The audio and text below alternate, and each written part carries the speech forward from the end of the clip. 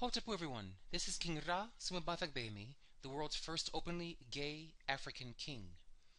And I want to give you a brief tutorial on ancestors, the afterlife, and dreaming. What you see on the screen here is an image of the god Osar inside of a tree. Here you see the figure of Osar right here. And there's a great story that Osar, who represents your positive DNA, the good DNA patterns within your lineage, within your ancestors, and how he was destroyed by his evil brother Set, which represents the bestial reptilian brain consciousness, the left brain divisive consciousness, or your negative DNA. And he was destroyed by his jealous brother Set and placed inside of a coffin, was murdered, placed inside of a coffin, and then shipped asail the Nile, landing in a town called Byblos. And where the coffin landed, a tree grew. And this is that great sacred tree that contained the body of Osar. So this storyline talks about family trees and the continuation of DNA. It has many layers of meaning, but that's the part we'll focus on today. So I wanted to show you what happens when you die or sleep, when you fall asleep. Here we have an image again of Osar in his form called Sokar. Again, you see him in a coffin and a tree growing around it. This is called the tree of life. It's called a tree. And these are called the 10 spheres, these 10 colored balls. Some call this the Kabbalah, but it's actually called the tree of life. The word for tree of life in ancient Rinkam Egyptian is called Amma. Amma. And each of these balls or worlds are connected by these wires called paths. I call them wires or scrolls. And down here, this 4-colored one is your physical body. We call it the Khat.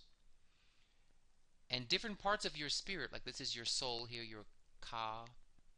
This is called your intellectual body, your Ap. Over here is where your Ujat, your imagination, goes to, your visions. Here is your solar body. And each of these worlds represent dimensions in the dream time or the afterlife.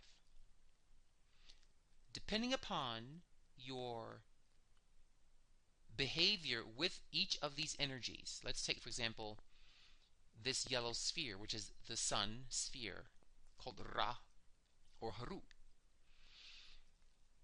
This sphere stores all of your karmas with the sun in your chart while you were alive. In other words, when you were alive, you had different moments in your life where your sun's planet, the hero in you, was given a test. At death, how you handled all of your hero's tests are stored in this dimension. So this tree is like a storehouse of seeds. Here's your moon seeds storehouse, your Mercury storehouse, your Venus storehouse, your Sun, Mars, Jupiter, Saturn, Jupiter/Uranus, and your Neptunian storehouse. So all of your actions are stored in this tree. Now, you will, at sleeping or death, you will leave this sphere, your body. Once you cross to any of these 3 paths, you've left your body, what's called astral projection, or dreaming, or the death state. Death is nothing more than this bottom 4-fold circle dropping out. The other 9 stay in existence. Now, when you dream, your spirits will travel any of these paths to meet the ancestors of that sphere. So all of your lunar ancestors who were very close to the moon spirits the emotional family creators of your lineage or the family destroyers would be here. And then you meet the ancestors who are going to remind you you blew that test of family that we sent you a week ago in your transit, in your chart. So this tree is not for the living, it's for the dead. And you have ancestors residing in these heavens. Some are stuck in a heaven, some cannot ascend past a certain point. And the more you play around and goof off with your destiny, the goal is to get here to this sphere of purity. But if you keep goofing off, you may get stuck here or go no higher than here. Okay? So when you have a dream of sex, it's this green sphere, the Venus sphere we call the sphere of Ahi or the sphere of Bast. But most Kiwi call it the sphere of Sesheta, the goddess of hieroglyphs. If you're an aggressive, violent person, you'll deal with the karmas of this sphere of Mars, what we call Mahus or Herkohuti. How you act in your dreams is the real you. How you act in public is maybe the real you, more likely a fake you. The real you is shown by how you respond in your dreams. And when you're dreaming a certain way, you've gone to one of these bubbles, these spheres on the other side, beyond the physical body down here.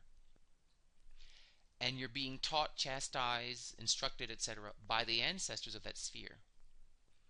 Now you have 9 spirit bodies. I believe I have a YouTube video on that somewhere else on my YouTube channel. But you have 9 spirit bodies. Each of them will go to a certain place. Your aura, what's called your acupuncture meridian body and chakras, will try to get into the stars of Orion. It will try to find home in one of those main stars. This is more your Ka, what's called your soul. Your soul will tend to want to go in one of these. But this can contain your soul here in pink, your mind or your Ab here in yellow, and your Ba here in white. Okay? So, remember, when you're dreaming, that's the real you. That's how the spirits see you. And your job is to make sure that you live your charts challenges well. Those memories will then be stored on the west bank of consciousness, meaning the inner side of life, where this tree grows, where this figure exists. He's called Lord of the West. Osar is called Neb Amenta, Lord of the West. And your job is to make sure that you're contributing good DNA, remember he's good DNA, to your ancestral patterns, your ancestral Venus, your ancestral moon, your ancestral solar energies. And then your ancestors learn from you as well. They improve and they absorb your knowledge, your teachings, your information, and they adapt it into their own systems. So, that's what happens when one leaves the body during dreaming, or one leaves the body at death. Only this sphere drops off, the 10th sphere of the Khat or body. These other 9 are still existing. The condition they're in depends upon if it's filled with good DNA or bad DNA. Set is the bad DNA, Osar is the good DNA. And that good DNA will enter your ancestral patterns, improving your whole lineage. And you'll know you're succeeding when you dream and you have wonderful dreams of the moon spirits, wonderful Mercury dreams, wonderful Venus dreams, wonderful solar, Mars, Jupiter, and Saturnial dreams. That means you're going to pass the second death, where you die. The first death is this body dying. The second death is when you die inside of these inner worlds. And that's what happens at death with the ancestors or during sleep. Your different bodies have different lengths of time they can exist on the other side beyond this sphere. One of your spirit bodies can last 2,160 years. Another of your spirit bodies can last as long as 25,920 years. You may have heard these numbers. 2160 is the length of a great age, age of Aquarius, age of Pisces.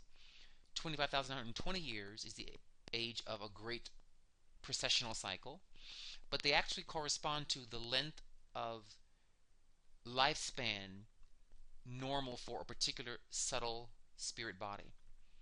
I teach more of this in detail to the members, which I'll be opening very soon to the public, where I'll really go into your ancestors, into your ancestry, into your afterlife and your dreaming life. And most importantly, I'll give you the words of power that are hiding in these circles and in these paths. These paths are really scrolls. They're books written upon the spaces in here. And you combine these 10 spheres plus the 22 wires, you get 33.